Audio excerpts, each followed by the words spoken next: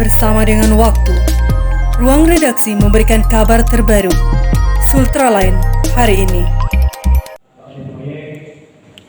Konfederasi Serikat Buruh Sejahtera Indonesia Korwil Sulawesi Tenggara menggelar rapat kerja wilayah dan dialog di Aula Balai Latihan Kerja Sulawesi Tenggara, Sabtu 27 Maret 2021. Sebelum berlanjut, jangan lupa subscribe channel Sultraline, nyalakan loncengnya agar Anda yang pertama mendapat informasi terbaru dari ruang redaksi kami.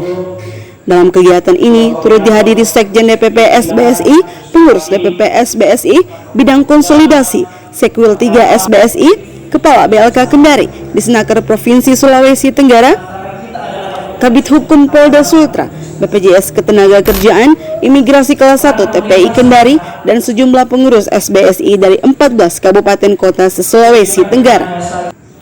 Tujuan kegiatan ini guna mendiskusikan Undang-Undang Cipta Kerja beserta peraturan pemerintah di bawahnya guna dikaji dan menyamakan persepsi di internal serikat buruh tersebut. Hal ini diungkapkan oleh Koordinator Wilayah SBSI Provinsi Sulawesi Tenggara, Alfian Pradana Liambo, saat diwawancarai oleh awak media di sela-sela kegiatan tersebut.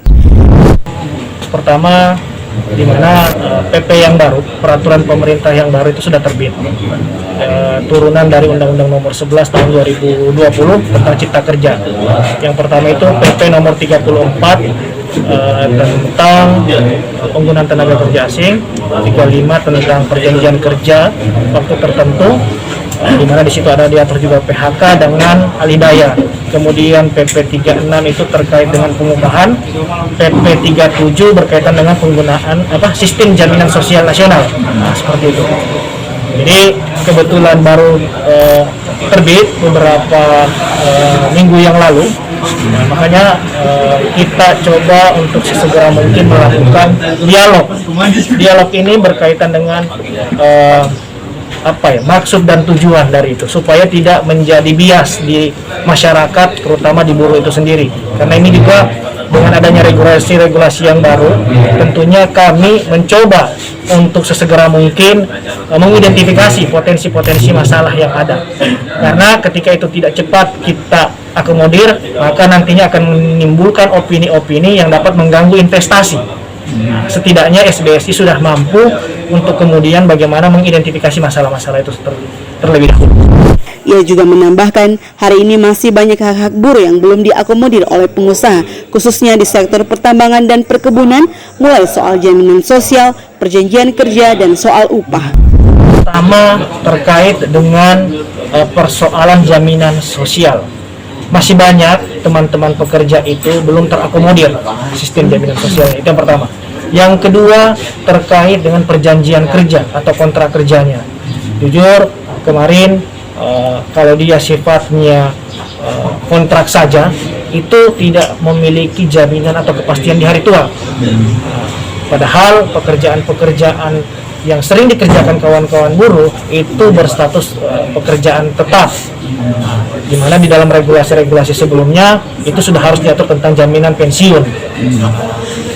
Itu salah satunya. Kemudian juga tentang bagaimana upah itu bisa mengakomodir tentang kebutuhan layak hidup. Salah satunya adalah bagaimana pendidikan anak para pekerja atau buruh itu bisa terakomodir, karena di dalam upah minimum itu hanya upah bujang. Ya, UMP itu mengatur tentang upah bujang, tidak masuk tunjangan anak dan istri. Sehingga di beberapa perusahaan kita mencoba untuk membangun komunikasi, memberikan juga pemahaman bahwa pentingnya regulasi-regulasi ini demi bagaimana juga mewujudkan kesejahteraan para pekerja. Adapun langkah yang sudah dilakukan oleh SBSI untuk memperjuangkan hak-hak buruh tersebut, Alfian mengatakan sudah meminta Dinas Ketenagakerjaan dan BPJS Ketenagakerjaan untuk melakukan pengawasan terhadap para pemberi kerja atau pengusaha terkait hak-hak buruh tersebut. Kemitraan yang kita bangun di beberapa sektor yang memiliki kewenangan, instansi yang memiliki kewenangan seperti BPJS Kesehatan, Ketenagakerjaan, dan Disnaker untuk melakukan pengawasan. Itu yang utama, bagaimana memberikan pemahaman terhadap para pemberi kerja tentang hak-hak teman-teman pekerja. Untuk diketahui, dalam Rakelwir ini, SBSI fokus dalam mengkaji dan mensosialisasikan Undang-Undang Nomor 11 Tahun 2020 tentang Cipta Kerja yang saat ini sudah ada beberapa peraturan pemerintah yang menjadi turunan dari Undang-Undang Cipta Kerja tersebut, yakni PP Nomor 34 tentang penggunaan tenaga kerja asing, PP Nomor 35 tentang perjanjian kerja waktu tertentu, PP Nomor 36 tentang pengupahan, dan terakhir PP Nomor 37 tentang Sistem Jaminan Sosial Nasional.